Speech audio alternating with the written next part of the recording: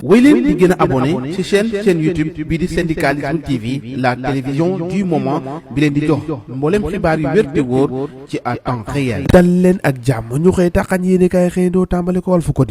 Quotidien ne nag yéenekaay bi privé bi nag boo moytu naka dina surux dëgg ci kàmb bi nga xamante ni état bu Sénégal mu ngi koy kàmb ndax am na lu muy teg ngir rek fexe bu ñu mool suñu bopp ci wàllum koom-koom waaye nag yéenekaay bi ne am na ci loo xamante ni si bés buñ ca yeggee privé bi naka dina surux bu suruxee jafe-jafe dong lay indi li indi kay boo tegu Quotidien yéenekaay mu ngi ñu xëy di ko wax marché financier bu UEMOA yéenekaay bi ne Sénégal naka cachetul benn yoon 66 milliards yoo xamante ni si léwee nañ ko niki altine bi ñu dal dee weesu l'observateur yéenekaay dikkaat naka ba càmbar ci salaire yi nga xamante ni si suñu ay dirigeant mu leen dal dee am yéenekaay bi naka indi na ay révélation jëm ci traitement ak avantage membre gouvernement président institution député directeur général yooyu yéenekaay yi xëy na koo fësal ko naka ba xool nees war a def rek ba am ñi nga xamante ni si noonu la ñuy amee yéenekaay bi naka dikkaat ci leneen niki démb naka ñu xëyoon ca grand théâtre yéenekaay bëri na kañ ca la ñu xëyee dañu ko nettali enseignement science ak mathématique yéenekaay bi ne diagnostic bi nga xamante ni si moom la chef de l'état bi dal na koo def ndax bëgg na fi ñu toll naka gaañi wàllum science naka ak mathématique yooyee gaañ a gën caa farlu ñu farlu ca enseignement des sciences ak mathématique Bassirou Diomaye Faye naka fi ñu toll nii bëgg nañu gën koo dooleel renforcer ko naka gars yi defe na waaye fexe ba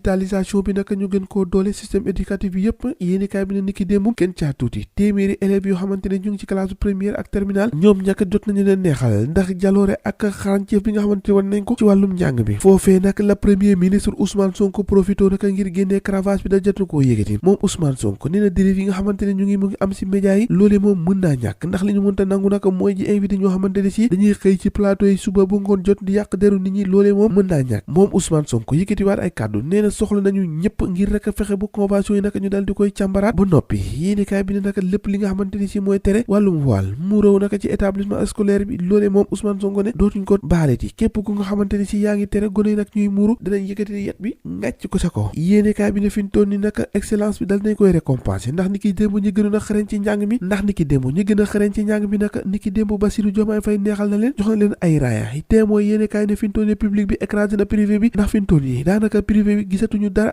public bi moo leen di dumay métti ci résultat yi nga xamante ni moom la ñu am ci wàllum concours général boobee yéenekaay bi ne gën caa tuuti 410 millions yoo xamante ni si moom la Bassirou Diomaye Faye juqee si gafaam ngir fexe rek ba gone yoo mën a am neexal yu duun feet boobee mën a jaar ci yoon source a dikkaan naka ci parquet bi nga xamante ni si activé nañ ko jëmale ko ci plainte bi nga xamante ni Mamadou Ibra Kane Alassane Samba Diop loolu leen di toppee moo di abus de biens sociaux présumés concernant ci gestion groupe naka de presse boobee di immédiat yéenekaay bi ne fi ñu toll nii mbir ma tàmbali na seenum koo de ndax am na ci ay leexoor ak jubanti yoo xamante ni si bëgg nañ koo leeral lii quotidien dikkaat ci porte parole di Khalifa ak Amadou Ba mi nga xamante ni solo na dalam dem foofee la mu yëkkati moo di du pouvoir bi nga xamante ni si moo ñuy lëkkale ak ay nit Serigne Touba daf ñoo jox lépp may deseeruñu dara Serigne Mountakha Mbacké la mu wax Amadou Ba moo di nit nga ko xamante ni si jege nga ma lool Amadou Ba nee na yàlla moo def naka ñu indi ay relation yoo xamante ni si dafa xóot lool ci wàllum xaritoo la mu ca teg moom Amadou Ba moo ne dañoo amee gouvernement bu bees li ci ëpp solo mooy ñu bàyyi ko jox ko waxtu woo xamante ni si dina mën a liggéey Direct News dikkaat ci réseau Orange bi nga xamante ni si nee na cobboy yàqu-yàqeet nag ak connexion internet bi nga xamante ni daanaka kenn mën a si jotee yéenekaay bi nag li ko jaaxal mooy patti patar nga xamante ni si moom la ARTP nekk boobu ak léegi yeyul ci yàbbul ci tribune yéenekaay naka tey jii wax na li véritablement li nga xamante ni si moo tere nelaw ñu bëri moo di café Touba ak prix bi nga xamante ni yokku na ko yéenekaay bi ne café Touba fi ñu toll nii moo gën a seer ceeb ak diwlin kilogramme bi nga xamante ni si moo ngi doon jaar 2800 léegi moo ngi ci junne ngir rek